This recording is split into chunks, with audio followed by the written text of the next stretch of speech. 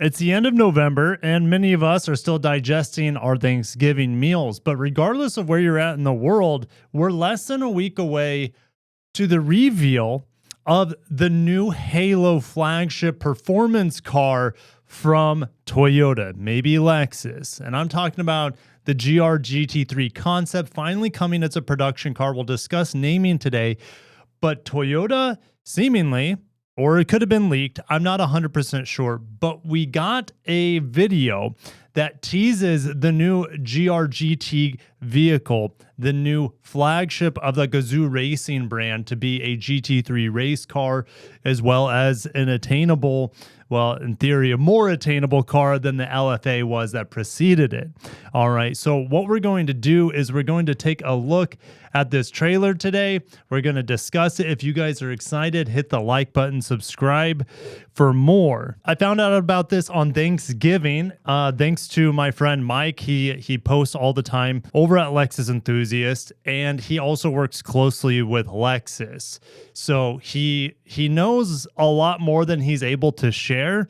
But yeah, I've known Mike for a long time. I think the first time I met him was 2021 at Sebring. So he goes to a lot of the Lexus racing events and helps promote Lexus racing. And so I first saw this on his Instagram, and I'll put links in the description because he also shared this video on his YouTube page before I did. So shout out to Mike to spreading this awesome information out there. And he has a great write-up on the GR-GT in the past 5 years of kind of what this car started as and what it's going to be. You know, even though this is on the Lexus Enthusiast page, this car was rumored around and even was shown at dealers with a Lexus badge a few years back. All right, but branding has changed. The car has changed a little bit over time, and it may or may not have a Lexus badge. In fact, this car's a little bit more luxurious and softer variant. Could very well be that Lexus coupe concept that I saw at the Japan Mobility Show last month. All right, so think of that as a relative to this car, more than likely.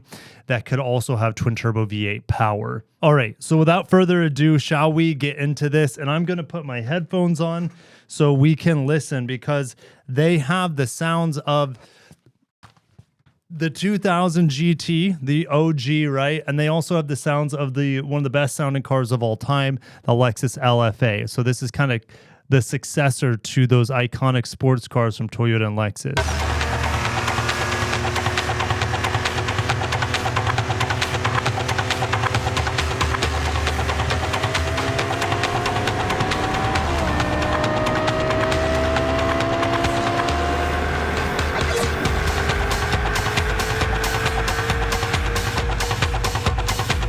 So I just want to pause real quick there.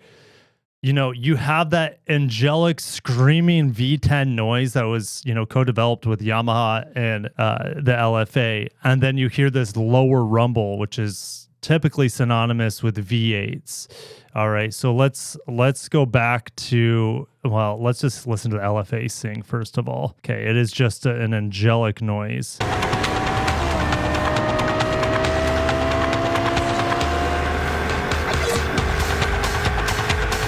I mean, that V8 sound, it's a completely different guttural, raspy, low, punchy sort of vibe to it. Very bassy, very baritone compared to like the screaming alto of the V10. And with the numbers that we're hearing from Japan, what this V8's able to produce, this twin turbo V8, it could be very well a high revving V8 too. Is it going to rev to 9,000 like the V10? It's possible.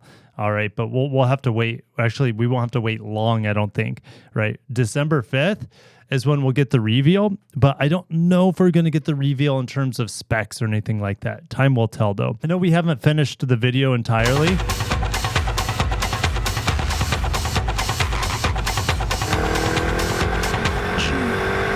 Okay, so you heard it again there at the end. Here's the rear taillights. This is quite a bit different, and I'll put the rear taillights on the screen of the GR GT3 concept. Back in January 22, I think, at the auto salon when it was revealed. There's not enough here, but GRGT is the official name now.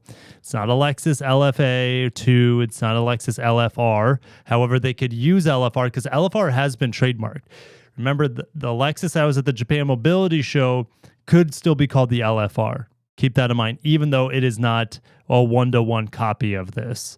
And that's okay. Lexus needs to stand out in styling, in my opinion, from this GR car. Now, keep in mind, I also shared with you guys that Lexus dealers are going to have the availability or capability of selling these GR cars, whether it's a GR86, GR GT, Futures, GR Supra, the new GR Celica, etc. Whatever GR cars are coming in the future, those are going to be sold at Lexus dealerships who opt into the GR program. And it seems like GR cars are going to be pulled away from Toyota dealerships. Okay, so, well, it almost sounds like that all the upcoming sports cars under the Gazoo umbrella won't have standard models. For example, the only one we have right now, well, the two of them is the GR Yaris and the GR Corolla. Okay, the GR Corolla obviously is a Corolla underneath, but it seems like all the GR cars going forward are specifically built to be sports cars, not an economy car at its roots or its basis. Okay, so that to me is pretty exciting. And because they don't share anything in theory, they don't share the exact same naming or template as a Corolla or I don't know, a GR Camry. You know what I mean? Because they don't share that anymore with the traditional Toyota lineup, they can completely break away, Gazoo Racing, break away from Toyota because they don't share anything with Toyota anymore other than maybe some engine technology, transmission technology, because GR is becoming their own brand sold at Lexus dealerships. Now, Toyota hasn't confirmed that, but I've heard from multiple Lexus dealers in the United States and even Canada that have confirmed that Gazoo Racing and Toyota Century, the elite flagship brand, will be sold at a more bespoke, with a more higher end selling experience at a Lexus dealership, which is pretty darn cool. So Lexus is like, in many ways, doesn't compete with BMW or things like that anymore. But Lexus dealers will be like, hey, if you want performance, check out this new GR GT car, or check out this new GR Supra when it comes, or the GR Celica. If you want sports car performance, we'll give it to you with the GR branding, and you can get it from right here at the Lexus dealership. Okay, so here's another look of it, a different angle, and you can see the hood vents. The lines are pretty cool. I like these. This slot right here reminds me of the LFA. Again, it's going to be front engine, rear wheel drive. I don't know if it's going to have all wheel drive. If it does have all-wheel drive, that could be in the hybrid variant. What just came out of Japan, I made a video yesterday, is that the GR GT3 model is likely to launch first because they need to get homologation models out to be able to race. I don't know what the rules are exactly with GT3 racing class throughout the world. All right. This car is supposed to also race in multiple race segments, a few different ones in Japan, and of course the on the the GT3 racing circuit to go against like 911 GT3s, for example. So getting this car out to the public as soon as possible in a 500 horsepower GT3 spec is probably what's going to happen. Then they're going to launch a hybrid version after that, and they're saying that the hybrid version could have 900 horsepower. So this is elite performance here. You can see the headlights, and like a Toyota, it kind of has that hammerhead design a little bit. Now the headlights almost, I'm not gonna lie, the headlight design almost looks like a Lexus NX, but man, the hood vents, you get a hood scoop and two different vents here. How amazing is that? I cannot wait to see what this car looks like. All right, the LFA had a couple of hood vents too. Now that's the Nürburgring edition, which costs like $450,000. They only made 50 Nürburgring packages, which had the carbon fiber wing.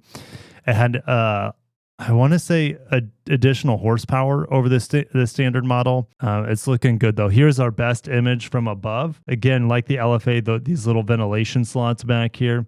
or they could feed the engine. I'm not quite sure. At this image, this does not look like the GT3 racing version because it doesn't have that big of a wing. All right, so this could be the street version, absolutely. I mean, it has side mirrors here. Obviously, this is the more street legal version, so you can get your hopes up that this long hood Batmobile sort of silhouette is going to be available to purchase if you have 150, 200K minimum to drop on one of these things. Let me look up real quick because I'm curious. 911 GT3 MSRP.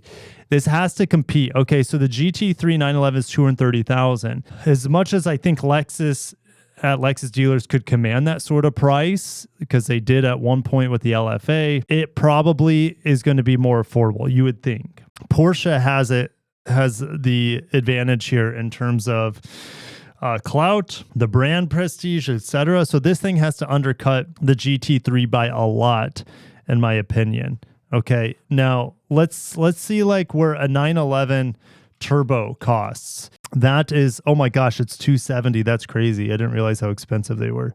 For 25 models, they were at $199. Turbo S begins at $232. 2026 Turbo S, it's approximately $270,000. Gazoo Racing wouldn't be able to command that sort of price premium, in my opinion, unless in the future, remember when the Nissan GTR launched, it was like the best deal of all time for a high-end performance car. Could Gazoo Racing do that here? Could they come out with this car around $100,000? Anything's possible. And what gets tricky too is, what is this going to be priced in comparison to that Lexus coupe, seemingly with a similar twin-turbo V8 configuration? I don't know. All right. There's just so much speculation that we have right now. We won't know pricing. We will not know. When they reveal this in a week, we will not know pricing whatsoever. Okay. It's not going to be for a long time before we have an idea of what this thing will be priced at. The headlights look pretty nice, though. I'm excited. This is... it's great to see Toyota swinging for the fences again, like they did with the LFA. Now, the LFA, they had to build carbon fiber looms for this thing, and they probably lost, millions of dollars. Approximately each LFA cost $750,000 to build, and they sold them for $375,000, right, where the Nürburgring was a little bit more. This car won't be nearly as expensive. The technology that it has underneath, it's aluminum structure with carbon fiber body panels. It's going to be a lot cheaper in theory than I would say half the price of the LFA. Okay, and that was $375,000 starting price for the LFA in 2010.